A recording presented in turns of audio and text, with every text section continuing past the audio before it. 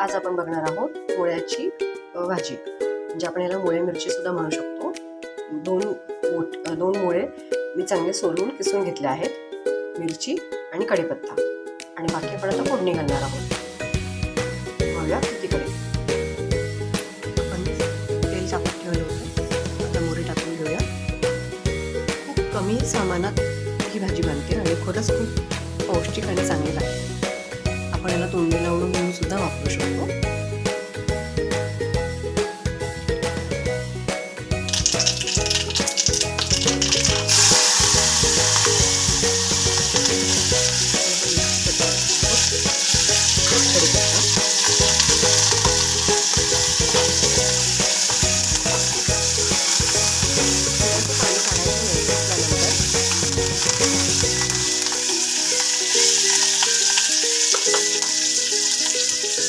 हिंग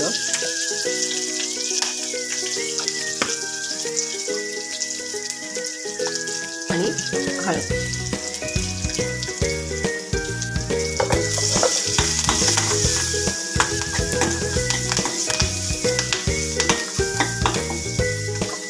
आणि लगेचच आपण गुळ पण घालून घेणार आहोत।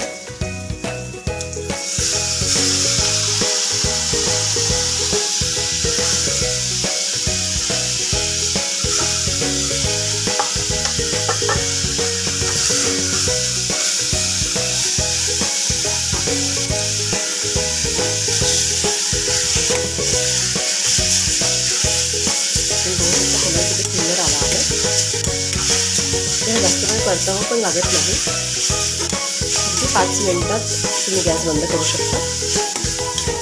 फक्त 5 मिनिटाला वाफ घालायला ठेवायचं आहे।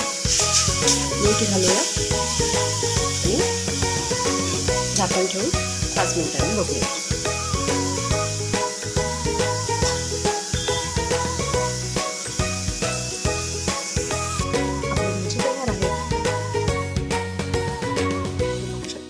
मुळे मिरची तयार आहे। तुम्ही कोथिंबीर घालून याला सर्व करू शकता, आणि नक्की ट्राय करा। Please like, share, subscribe. Thank you.